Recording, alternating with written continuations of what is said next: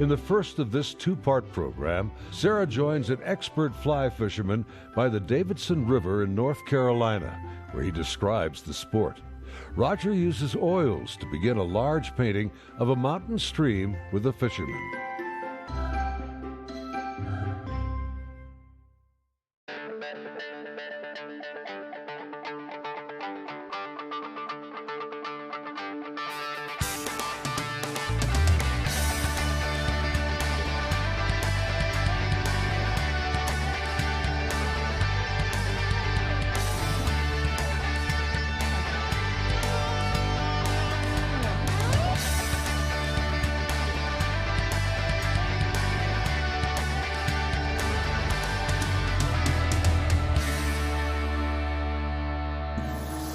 Hi, I'm glad you could join me here by the Davidson River near Pisgah Forest, North Carolina. This is an excellent place to go fly fishing. We've been exploring this area, driving around, taking some photographs. We noticed a fly fisherman, and it was such a spectacular scene, Roger decided he wanted to do a large painting. So this will be a two-part program. Now, a little later on, after Roger gets a good start on his painting, I'll speak with an expert fly fisherman who can show us and tell us about this interesting sport.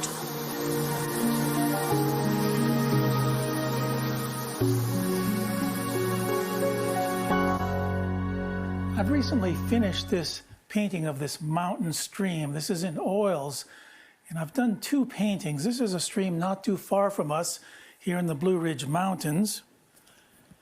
And this is another one right by a waterfall, looking downstream from the waterfall, right on the Blue Ridge Parkway. And I so enjoyed doing these. I'm going to do another painting of a river, but this time I'm going to have a fly fisherman in it. I've got the same size canvas here. This is a 30 by 40 inch canvas, and I have toned this canvas with a combination of burnt sienna and some olive green, just to get rid of that white. I'll be using oil paints today, and I have a large selection of colors here. And over to my right, I have my computer monitor, which has my reference photo on it.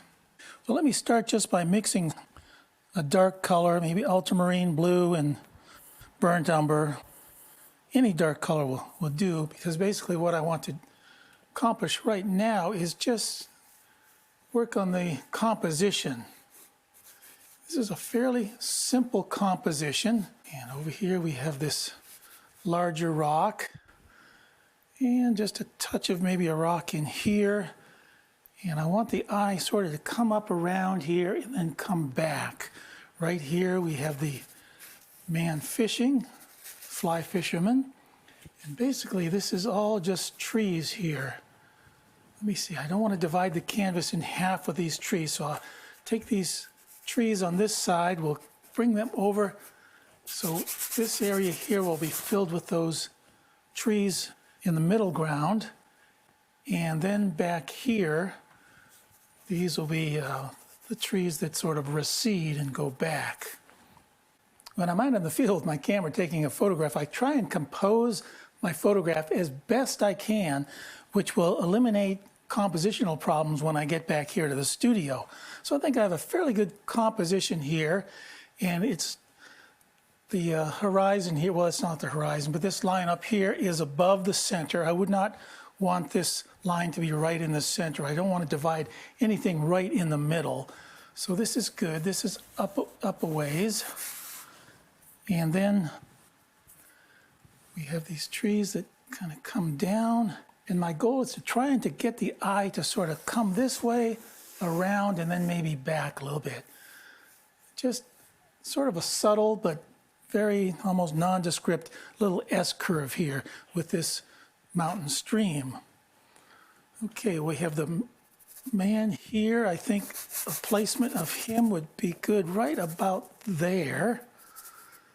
And that sort of divides this canvas into thirds as well. So 1/3, 2/3. So he's about a third right in there. It can vary quite a bit, but generally dividing the canvas into thirds, it's not a hard and fast rule, but it's a good rule. You really can't go wrong by doing that. Well, that pretty much finishes the composition. Very simple, just a few lines to indicate where these large masses need to go. So the next thing I need to do is just start blocking in these larger areas.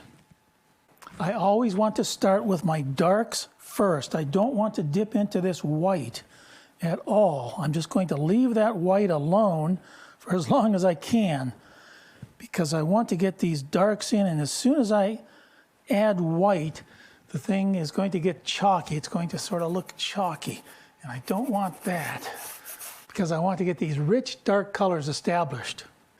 So right over here we have very dark area.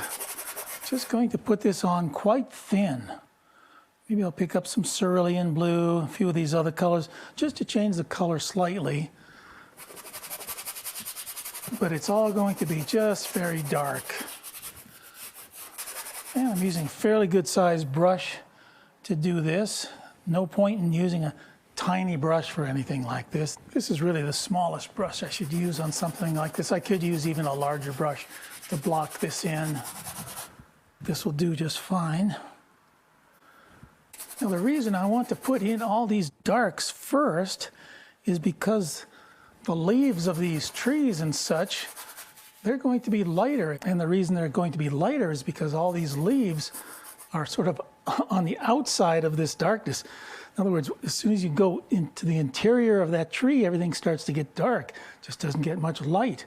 The outer parts of the tree, of course, will catch more light. So we'll start with what I call the interior of this tree and just block that in as one big dark shape.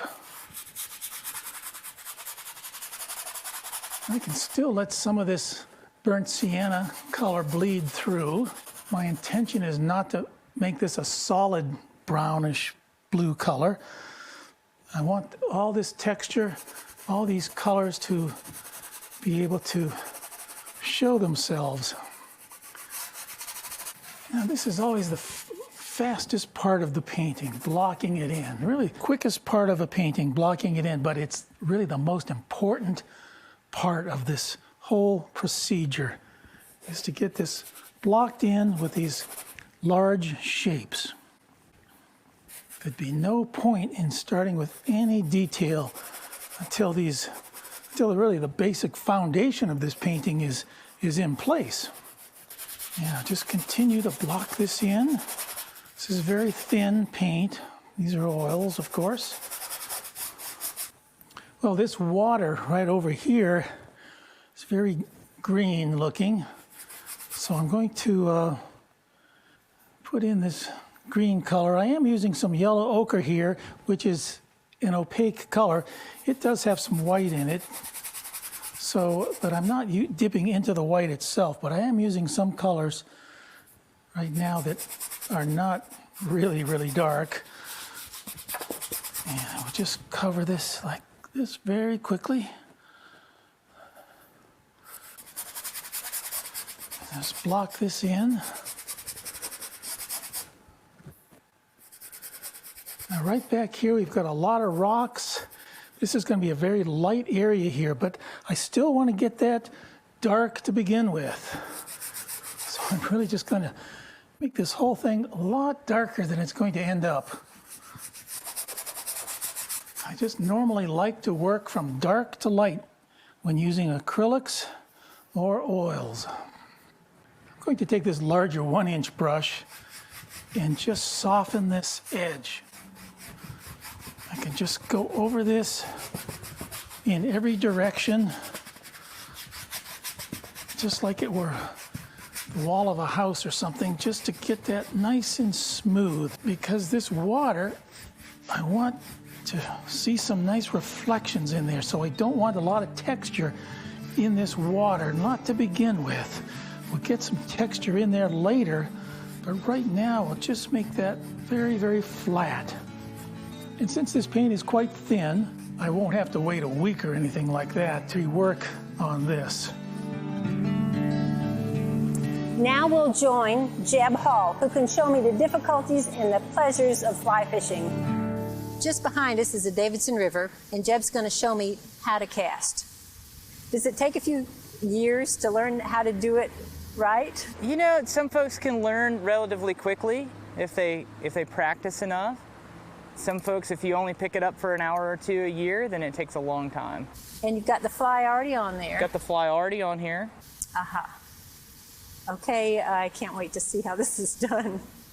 Jeb, is that upstream? That is upstream. So you're going to try to cast upstream? I'm going to try to cast up and across and get the fly to drift over where the fish live. And the fish are kind of holding in this deeper water.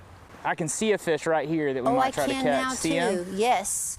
And I can see him just under the surface. Well, there are a number of ways you can cast, I assume.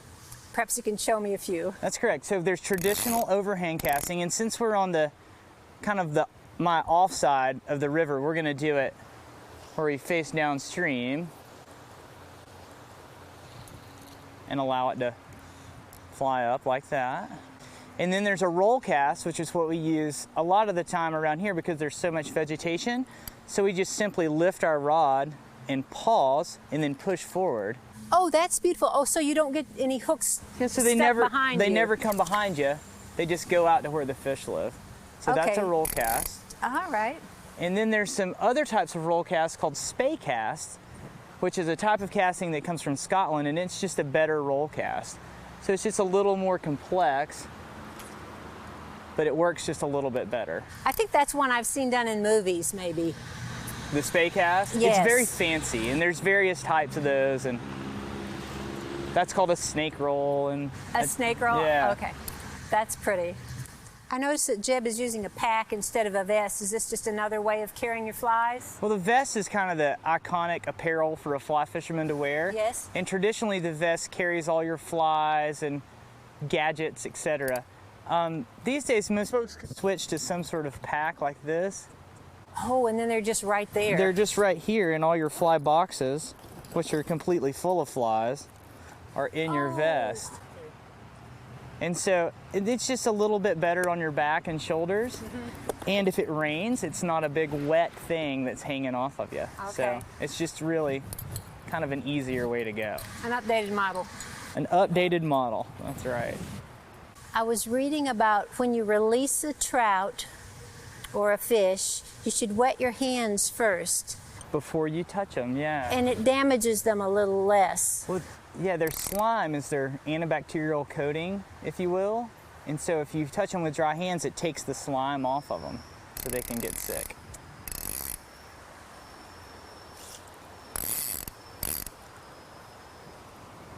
Oh, there he comes. Oh, turned away. And I think that my drift, which is how the fly floats down the river, wasn't correct. And so it wasn't moving properly. So you're readjusting. With your next throw, you've made a little measurement in your mind of where you'd like this to really... Yeah, just a little bit longer. Now there's a trout right here. Can you see that one, Sarah? The fly's almost to him. You got him. I got him. The fish is going to stay in the water. Jeb's hands are wet first before he grabbed the fish, and then he's just going to let him catch his breath and ease back in. What a beautiful fish. I'm glad we got him. That's fantastic. I love seeing him up close for a minute. He's just gorgeous. Okay, now let's continue to cover the canvas. And up in this area, we have some lighter greens. Now this is where I want a lot of texture up in here. So I won't bother to smooth that out, not in the same way. I want to get a lot of nice texture in there with those trees and all the leaves. Okay, so the first step was to draw the composition, sort of a line drawing, establish the large shapes, and then I'm just going to fill in those large shapes, which I've done almost. We're almost completed with that portion. Now these trees way back here, they're in the distance. So I am going to pick up my white for the first time, get some white on here, and some cerulean blue, maybe a touch of green, and I'll add those trees in the distance now. I can still let some of this burnt sienna show through. It may all disappear ultimately, but for right now, I don't have to cover it all. That sort of gives me some atmosphere. That bluish green color gives that some distance. And up here we have this large rock. And I'll put a little bit of white in that as well. Don't want to get that very light, not yet. But I'll cover this. Some large shapes again. And see how that burnt sienna color just kind of shows through here. If I were to start with a white canvas, that would be a totally different situation here. I would really have to cover every inch of that. But as it is now, some of these nice little areas with the burnt sienna, which is on there, by the way, that was acrylic I put on there to tone the board, because you can put oils over the acrylics, but you can't put the acrylics over the oils. So I toned that board with the acrylics. And of course, the acrylics dry so quick that I was able to start without waiting too long after I toned the board. I'm going to grab some very darks now. I'm using some black and burnt sienna. And we've got some very dark rocks here. I'm going to continue to work on a few of these dark areas. Lock those in. And let's indicate a few of these tree trunks back here. Probably going to lose a lot of this painting that I'm putting on now, but doing a painting like this is really a process that just builds on itself. You know, I can't just finish one area of the painting and then move on to the next area. I have to finish it sort of all at the same time. So I work on one area, get that to a certain point, then I work on another area and get that to a certain finish. So nothing really remains untouched in the painting. It all sort of progresses at the same speed. And I can add a lot more trunks just here and there. There's just a lot of foliage and a lot of stuff going on here. A lot of these tree trunks and things like this, you know, they may change, but it's just sort of helps to get me going on a painting like this. Sort of to get my roadmap in order so I know what to do next. So I'm still trying to find my way, in other words, with this. And that just takes a little while. And if I'm lucky, you know, it'll all turn out. One important thing about doing a painting like this is to not go too fast, not jump into the detail too fast, and just establish all these large patterns and see if they're going to work. I'm taking some chromium oxide green, maybe a touch of yellow ochre, and let's start with the water here. I'm not really sure what I should work on next. This is all finished to that point, so I could start more on the trees, I could start on the water. Not sure it really matters. Just want to start building a few more patterns in here. All right, now I'll get into the white, pick up some of this white, and let's start to make some of these lighter areas of the leaves of these trees. Okay, over here we have a lot of light hitting this side right here. Now this is very wet right here. It's very wet, but if I put enough paint on the brush and use a light touch, then I can apply this paint without having it mixed with this dark brown color. I have to be careful, and I can't scrub too very much, or else it will combine with the paint underneath and I'll get a muddy color. So I'll just lay it on there and not have too many strokes, and we'll just leave it. And I'll just continue across. A lot of times I use the edge of my brush. I'll just hold the brush sideways like this, and I'll just use the edge of my brush. That often works good for areas like leaves of this tree. And as I lay this on, a lot of this color underneath is just going to show through, and it will just give me one layer after another on this piece. And I just want to build up a lot of different layers of this texture. And over here where we've got this very dark brown, I'll just pick up some greens. I still want these to be dark green, but I want to sort of get the second layer of color on here. So right now, when I put this green on here, I will have had 3 layers of color on there. I will have had the burnt sienna that was our base color on there that we had on the canvas before we started. Then I put in this dark brown, and now I have my greens to go over that, and we'll keep layering this. So that's why I want to give this a light touch. I don't want to scrub so much that I mix all those colors together. Of course, I can't mix the color that I toned the board with because that's dry. But if I scrub too much, I could certainly mix this green with the brown and it would just make one color instead of having these 2 different colors show. Now I am working from a photograph I took out on location at this stream, but when I came back here to the studio, I put it in a photo editing program. I made a copy of it and I overexposed the photograph. And that way, some of these dark areas that are in this photograph will now show. The photograph overall is very overexposed, but it will let me see some details into those areas where there's dark rocks and where this man is in his suit and shirt. So I'm jumping back and forth between these 2 photographs, one overexposed and the other just straight out of the camera. Let me see, how large do I want this man in here? I don't want to get him too large on my canvas because this really isn't a painting about the fly fisherman. He's part of it, but this is really a painting about this mountain stream. So we'll keep this fisherman rather small so he just doesn't take over the composition. His hat is very light, so I want something dark right above him so that hat will show up. So we'll put some of that dark color in back of him again. All right, we'll leave him alone for now. Let's jump over to some of these rocks. And these are sort of a middle tone back here, not too light, not too dark.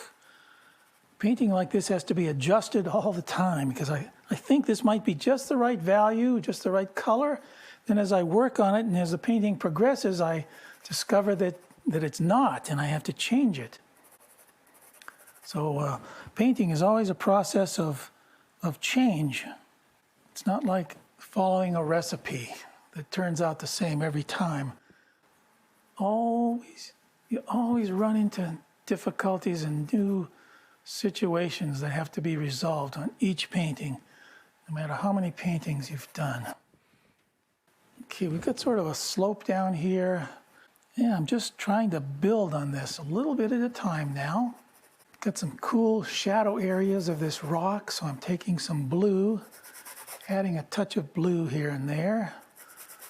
I'm really looking into the light, into the sun with this painting, and his shadow just comes right towards me on this rock, right there. I have to be very careful not to get this too light in here because this is not the lightest part of the painting. It's one of the lighter parts, but right back here, this will be the lightest part. So I want to be sure I stay away from making this too light. So by contrast, this needs to be slightly darker than my lighter portions of the painting. Well, this may be a bit premature, but I'm going to put some light areas back here. Now I know these are going to mix with this color back here, but if I put it on with a nice light touch, they won't mix too very much. At least that's the plan. Okay, so we'll just light touch, put these colors right back in here. Here's where the river curves around, and back here it starts to head off that direction again. See, so even with this wet paint, it's very wet, I can still put these lighter colors over it, as long as I don't scrub it and brush it too much. And that's another reason for having put this on fairly thin. That way, what I'm putting on top of it isn't going to mix with it quite so readily. This is where all the small rapids are in this river. I'm just holding this brush with a very light touch, just sort of letting it dance along this canvas and kind of do its own thing here. We have a few more rocks here, larger rocks. Then one of the real pretty parts of the painting is down here. There's some sunlight just glistening on this water. And on the last two paintings that I showed you at the beginning of the show, the same sort of effect was evident. So, just so happens that it's also evident in this photograph. Just added a nice bit of foreground here. I don't want to put too much of that in yet. Okay, so now we've got our darks established, we've got our middle tones established, and we've got our lights established to some degree. Now what I need to do is start refining this. And I think I can say at this point that the basic foundation of the painting is complete. In part 2, Roger will finish his painting by adding details to the fly fisherman, defining negative areas in the background, and by highlighting reflections on the water. I have a date with a guide who will demonstrate the art of tying the flies used by the fly fishermen and women who enjoy this sport.